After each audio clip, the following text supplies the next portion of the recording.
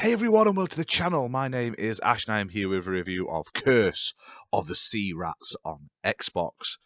Now this was released on Xbox on the 6th of the 4th, 2023. Developed by P-Toons Studio, published by PQ Limited, who were kind of to send me a free copy for this video review, so huge thank you to them as always for that. Now, this is a Metroidvania game where you play as some pirates who have been basically transformed into rats by this pirate witch, Flora Byrne. And basically, you're on a mission to basically regain your human bodies. To do that, you've got to go through the good old Metroidvania things of working your way through a whole host of different environments, fighting a variety of different bosses, and eventually capturing the witch who has cursed you. Now, this is a mixed bag game in terms of, like, one, it looks absolutely stunning. Like, it's got such a beautiful, like, hand-drawn style animation. It's 2D sort of characters with a 2.5D style platforming experience. It's gorgeous. It looks like an animated movie, like Eiffel Goes West and stuff like that, and the character designs. But over like these 3D design backgrounds, which are like coloured and textured to look a lot more cartoony and 2D, even though they're not. Now, like I say, the animations look fantastic. The setting and the music and the everything like that looks great. It's got voice acting, which cheesy at times, yes, but still very enjoyable. You're set on the coast of Ireland in the 18th century, and you've basically been shipwrecked on this island and turned into rats. And overall, it's an okay Metroidvania. Like, there's plenty of areas. It's a very non-linear world as you work your way through it.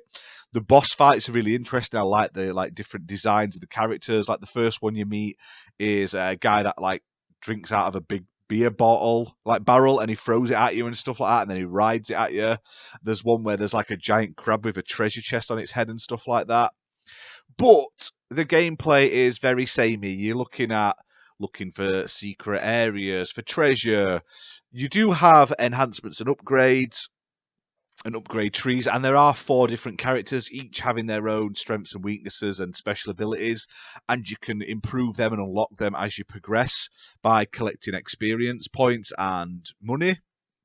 And the game itself is a pretty decent amount of content. Like, just to complete the story, it says about 12 hours, but it took me about 15 all in, because I'm not the best at Metroidvanias. I never am. I say this every time I cover these games. But, like I say, I was a back and forth a lot trying to build up my characters' levels, because I feel like there's like points where the difficulty level spikes, so you end up having to sort of grind out enemies by going back and forth into rooms to get a bit of XP to then be able to level up, so you do more damage, can take more damage, etc., etc. Now, the best bit about this game is on Xbox and on other platforms, it supports 4-player local co-op. So all 4 of you can play at once, which changes this game and it makes it a much better game. Like, if it didn't have co-op, I wouldn't be praising it as much as I am now. The co-op is enjoyable. It brings a bit of like freshness into a Metroidvanias. You don't normally get a lot of 4-player Metroidvanias or co-op Metroidvanias in general. But I thought it was really good in that sense. Now, the bad side is it's a little glitchy, a little buggy. Sometimes you'll like die because of glitches and stuff like that. Not too many. I've seen people say a lot about game breaking glitches and crashes and stuff. I didn't really see anything like that. Maybe it's been patched since it came out, but I had a few odd little annoying glitches, but nothing to sort of like have to restart the game at any point. Also, the levels look great, but they are very empty at times. They're like sparse, and there's a lot of just jumping around empty rooms with not many enemies in them at all, which is a downside. And also, there doesn't appear to be like a proper dodge button, so you will get wrecked, and there's not much you can do about it.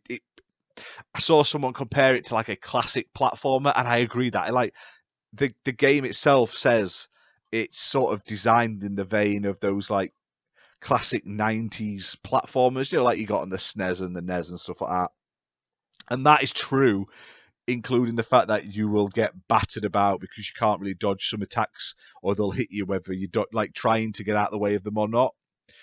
So just bear that in mind. It's not perfect, but if you want something that looks great, has a really cool premise with the pirates turned into rats, really nice looking environments, sound design, UI, and a variety of really interesting like pirate themed environments, this is a really cool game to play.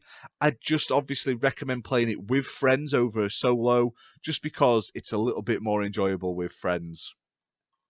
Now on Xbox, it's playable on Xbox One and Xbox Series X and S consoles, and it says it's optimized for Series X and S consoles as well. Priced at £16.99. It's also available on other systems, so you're looking at like PlayStation, Switch, and PC, and I believe it's also available on GeForce Now as well. So this is Curse of the Sea Rats. Honestly, a nice little change of pace for Metroidvanias in terms of the co-op and multiplayer aspect of it. But all in all, it still has a few glitches and nagging issues which spoil the fun overall. But that's for the video, guys. If you've enjoyed it, hit that like button, hit subscribe, and we'll see you soon for more gaming content. Bye for now.